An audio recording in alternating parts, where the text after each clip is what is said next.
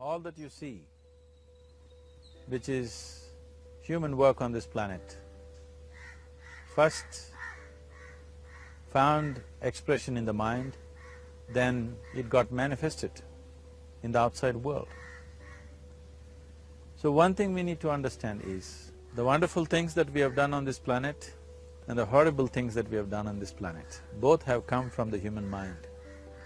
So if we are concerned as to what we create in this world, it's extremely important that first of all we learn to create the right things in our mind, how we keep our minds.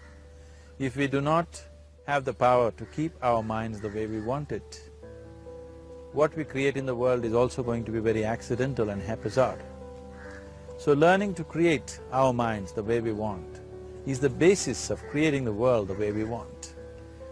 There is a wonderful story in the yogic lore. On a certain day, a man took a walk. He went for a long walk. Accidentally, unawares, he walked into paradise. Fortunate, isn't he? He just took a walk and he landed up in paradise. After this long walk, he felt little tired. So he thought, oh, I'm tired, I wish I could rest somewhere. He looked around, there was a nice tree, underneath which there was very cushiony grass. So it was inviting. He went and put his head down there and slept. After a few hours he woke up, well rested, and he thought, oh, I'm well rested, but I'm feeling hungry, I wish I had something to eat. And he thought about all the nice things that he ever wanted to eat in his life. And instantly, all those things appeared in front of him. You need to understand, there the service is like that. Hungry people don't ask questions. Food came and he ate. Stomach became full. Then he thought, oh, my stomach is full, I wish I had something to drink. All the nice things that he ever wanted to drink, he thought about it and all of them just appeared in front of him. Drinking people also don't ask questions, so he drank. Now with a little bit of alcohol in him, you know Charles Darwin told you, all of you are monkeys, your tail fell away. Not me, Charles Darwin told you that you were all monkeys and your tail fell away and then you became human. Yes, definitely the tail fell away, but the monkey… In yoga, we always refer to an unestablished mind as markata, which means a monkey. Why we are referring to the mind as a monkey is, what are the qualities of a monkey? One thing about a monkey is, it's unnecessary movement. And another thing about the monkey is, if I say you're monkeying somebody, what does it mean? Imitation. Monkey and imitation have become synonymous. So these two essential qualities of a monkey are very much the qualities of an unestablished mind. Unnecessary movement, you don't have to learn it from the monkey, you can teach it to the monkey. And imitation is full-time job of the mind. So when these two qualities are on, a mind is referred to as a monkey. So this monkey became active within him. He just looked around, thought, what the hell is happening here? I asked for food, food came. I asked for drink, drink came. There must be ghosts around here. And ghosts came. Oh, the ghosts have come, they're going to surround me and torture me, he thought. Immediately the ghosts surrounded him and started torturing him. Then he started screaming in pain and said, oh, they're going to kill me, and he died. Just now he said he's a fortunate being. The problem is he was sitting under a kalpa vriksha or a wishing tree. He asked for food, food came. He asked for drink, drink came. He asked for ghost, ghost came. He asked for torture, torture came. He asked for death, death happened. Now don't go looking for these kalpa vrikshas in the forest. You can barely find a tree these days. Is the basis of creating the world the way we want. A well-established mind, a mind which is in a state of samyukti, is referred to as a kalpavriksha.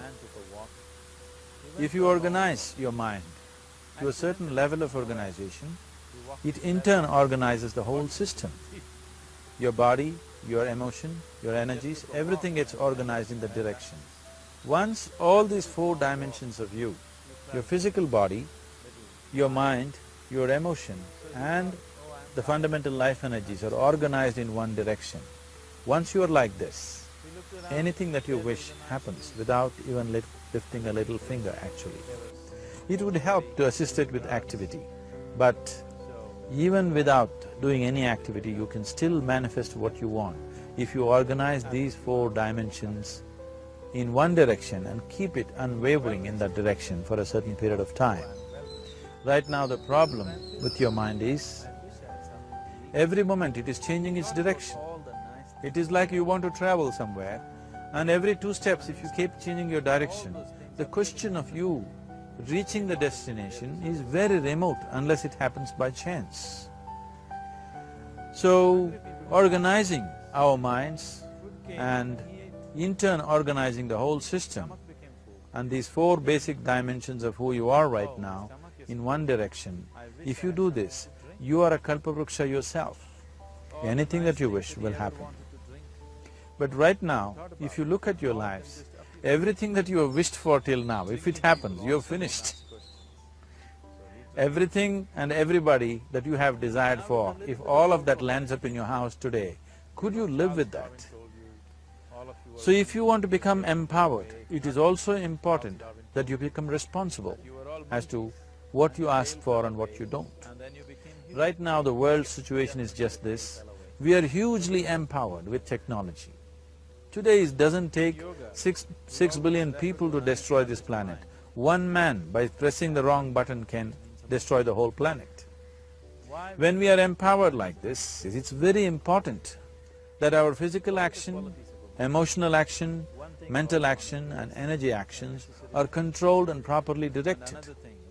If it is not so, we become destructive, self-destructive. Right now, that is our problem. The technology, which is supposed to make our life beautiful and easy, has become the source of all the problem, that we are destroying the very basis of our life, which is the planet. So what should have been a boon, we are making a curse out of it. What has brought incredible levels of comfort and convenience to us in the last 100 years or so, has also become a threat to our life simply because we are not conscious action, we are in a compulsive state of action. So organizing our minds fundamentally means moving from a compulsive state of activity to a conscious state of activity. You might have heard of people for whom they asked for something and beyond all expectations it came true for them. Generally this happens to people who are in faith. Now, let's say you want to build a house. If you start thinking, oh, I want to build a house, to build a house I need 50 lakhs, but I have only 50 rupees in my pocket, not possible, not possible, not possible. The moment you say not possible, you are also saying I don't want it. So on one level you're creating a desire that you want something, on another level you're saying I don't want it. So in this conflict, it may not happen. Someone who has some faith in a god or in a temple or whatever, who is simple-minded, faith works only for those people who are simple-minded. Thinking people, people who are too much thinking, for them it never works. A childlike person who has a simple faith in his god or his temple or whatever, he goes to the temple and says, Shiva, I want a house. I don't know how, you must make it for me. Now in his mind there are no negative thoughts. Will it happen? Will it not happen? Is it possible? Is it not possible? These things are completely removed by this simple act of faith. Now he believes Shiva will do it for him and it will happen. So is Shiva going to come and build your house? No, I want you to understand, God will not lift his little finger for you. What you refer to as God is the source of creation. As a creator, he has done a phenomenal job, there's no question about it. Could you think of a better creation than this? Is it in anybody's imagination to think anything better than what is there right now? So as a creator, he has done his job wonderfully well. But if you want life to happen the way you want it, because right now, the very crux of your happiness and your well-being is this. If at all if you're unhappy, the only and only reason why you're unhappy is life is not happening the way you think it should happen. That's all it is. So if life is not happening the way you think it should happen, you're unhappy. If life happens the way you think it should happen, you are happy. It's as simple as that. So if life has to happen the way you think it should happen, first of all, how you think, with how much focus you think, how much stability is there in your thought, and how much reverberance is there in the thought process will determine whether your thought will become a reality or is it just an empty thought. Or how you do not create any impediments for your thought by creating negative thought process. Is something possible or not possible? It is destroying humanity. What is possible and not possible is not your business, it's nature's business. Your business is just to strive for what you want. Right now you're sitting here. If I ask you two simple questions, I want you to just look at this and answer this. Right now from where you're sitting, can you just fly off? You say no? Right now from where you're sitting, can you get up and walk? You'll say yes. What is the basis of this? Why you say no to flying and yes to walking? Because past experience of life, many times you've gotten up and walked, never did you fly off. Or in other words, you're using the past experience of life as a basis for deciding whether something is possible or not possible. Or in other words, you have decided that what has not happened till now cannot happen in your life in future. This is a disgrace to humanity and the human spirit. What has not happened till now on this planet can happen tomorrow. Human beings are capable of making it happen tomorrow. So what is possible and what is not possible is not your business. That is nature's business. Nature will decide that. You just see what is it that you really want and strive for that. And if your thought is created in a powerful way, without any negativity, without any negative thoughts bringing down the intensity of the thought process, it will definitely manifest. The whole existence today, modern science is proving, is just a reverberation of energy. It is a vibration. Similarly, your thought is also a vibration. If you generate a powerful thought and let it out, it will always manifest itself. So generally, people are using faith as a means to remove the negative thought. Today, once you have become thinking human beings, your faith is not too deep. It doesn't matter how much faith you think you have, somewhere doubts always crop up. Right now, the way your minds are made, this moment, if God appears right here, you will not surrender to Him. You will want an investigation whether He is really God or not. With this kind of mind, you should not waste your time on faith. So there is an alternative, which is commitment. If you simply commit yourself to creating what you really care for, now once again, your thought gets organized in such a way, there is no such thing as whether it's possible or not possible. There is no hurdle in your thought process. Your thought flows freely towards what you want. Once this happens, making it happen will also naturally follow. So to create what you really care for, first and foremost thing is that what you want must be well manifested in your mind, that this is what I want. Is that what you really want? You must look at it, because any number of things in your life you have thought, this is it. The moment you reach there, you realize that's not it, it's the next one and the next one and the next one. So what is it that one really wants is one thing. First of all, we must explore.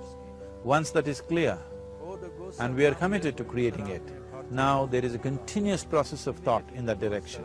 Once you can maintain a steady stream of thought without changing direction, definitely this is going to happen in your life, or it will definitely manifest as a reality in your life. So, either you make this human form into a kalpa vriksha, or you make it into one big mess, which is happening all over. One reason why we have not created the kind of world that all of us would want to live in is, too many people are busy looking up. Too many people are interested in other planets, they're not interested in this planet. For every aspect of their life, they're checking out with other planets. And further, too many people are in service of heaven, they're not on service of this earth. I think right now we need people who are in service of this earth, not heaven. I believe if heaven is closer to divine than where we are, if that is so, I believe they're a little more organized than us, they don't need help from us. This has been a major problem on the planet. Anything that is valuable for a human being, anything that is good, the highest aspects of human life have unfortunately been exported to heaven. For example, if you say love, people say God is loving. We do not know whether God is loving or not. Human beings are capable of love. It is very, very important that people understand human beings are capable of love, human beings are capable of compassion, human beings are capable of joy and blissfulness. All the good things that are possible for a human being, unfortunately have been exported to heaven. If we want to create the kind of world that we want to, we need to understand whatever you refer to as God, the idea of God has entered our mind only because we have seen creation around us. Because there is creation, we have assumed a creator. God is a great creator. What you refer to as God is a source of creation. That source of creation has not failed us, has done a fantastic job. But now the question is about management. If you want to leave the management in the hands of the Creator, He will manage it in His own way, according to His agenda. But that's not what you want. You want life to happen the way you want it. Now, for example, let's say all of you here are the India soccer team for the next World Cup, and I am the coach. So these next 4 years, everything that you need to know about football is taught to you. Everything that I know about football is poured into you in so many ways. Now, the time to play the match has come. You're on the field and the ball comes near your foot, but you look at me, then it's no good. You've seen those coaches sitting there and boiling, nothing happens. Because now, once you're on the field, it's your job. So this is the same thing. The Creator has done a fantastic job. Now you're here. It is for you and me to see how to manage this, how we want it, how to keep this world, how, in what condition would all of us enjoy it best is something that we have to look at. So at every stage in our life, we tend to think, this is it. If this one thing happens, everything will be fine with my life. You reach there and you realize that's not it, and you postpone it to something else and something else. This is going on. The first and foremost thing is, you must be clear what is it that you really want. If you do not know what you want, the question of creating it doesn't arise. If you look at what you really want, what every human being wants is, he wants to live joyfully, he wants to live peacefully. In terms of its relationships, he wants it to be loving and affectionate. Or in other words, all that any human being is seeking for is pleasantness within himself, pleasantness around him. If this pleasantness, if it happens in our body, we call this health and pleasure. If it happens in our mind, we call this peace and joy. If it happens in our emotion, we call this love and compassion. If it happens in our energy, we call this blissfulness and ecstasy. This is all that a human being is looking for. Whether he is going to his office to work, he wants to make money, build a career, build a family, he sits in the bar, sits in the temple, he is still looking for the same thing. Pleasantness within, pleasantness around. If this is what we want to create, I think it's time we addressed it directly and commit ourselves to creating it. So you want to create yourself as a peaceful human being, joyful human being, loving human being, a pleasant human being on all levels. And do you also want a world like this? A peaceful world, a loving world, a joyful world. No, I want greenery, I want food. When we say a joyful world, that means everything that you want has happened. So this is all that you're looking for. So all that you need to do is commit yourself to creating it, to create a peaceful, joyful and loving world, both for yourself and everybody around you. Every day in the morning, if you start your day with this simple thought in your mind, that today, wherever I go, I will create a peaceful, loving and joyful world. If you fall down 100 times in a day, what does it matter? For a committed man, there is no such thing as failure. If you fall down 100 times, 100 lessons to be learnt. If you commit yourself like this to creating what you really care for, now your mind gets organized. Once your mind gets organized, the way you think is the way you feel, your emotion will get organized. Once your thought and emotion is organized, your energies will get organized in the same direction. Once your thought, emotion and energies are organized, your very body will get organized. Once all these four are organized in one direction, your ability to create and manifest what you want is phenomenal. You are the creator in many ways. Why I am saying you are the creator is, I want you to look at the nature of your life right now. If you eat a banana, in 4 hours' time, this banana becomes a human being. There is something within you, a life-creating process, a process which builds this body. The manufacturer of this body is within. You give him a banana, he makes a human being out of that banana. Transforming a banana into a human being is not a small thing, it is a phenomena. It is just that this phenomena is happening within you unconsciously. If you could only consciously manifest this, making a banana into a human being, you are the creator. You are nothing less than that. As the theory of evolution goes, to make a monkey into a human being, it took millions of years. Over an afternoon, you can make a banana into a human being or whatever else, a piece of bread that you eat, into a human being.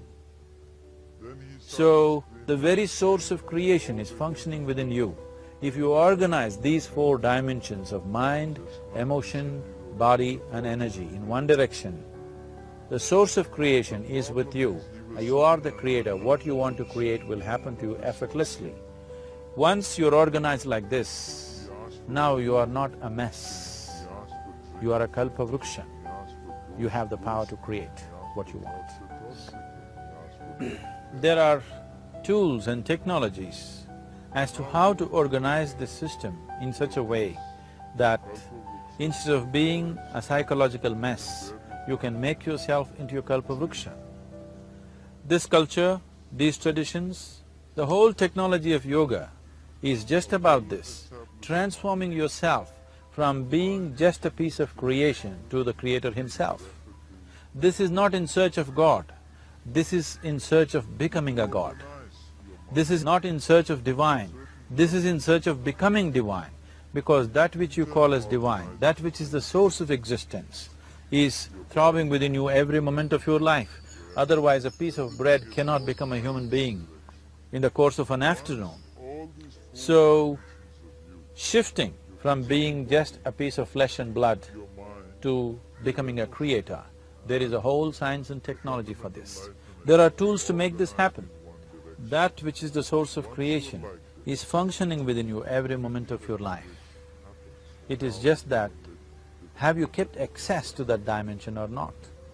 Organizing the four basic elements of your life will give you that access. There are tools and technologies to do this. The whole science of yoga, the whole technology that we refer to as yoga is just about this, transforming yourself from being just a piece of creation to become a creator. For example, 100 years ago, if I picked up something like this and I start speaking to someone who is across in another part of the world, you would think it's some kind of a miracle. Either I must be a messenger or a son or maybe God himself.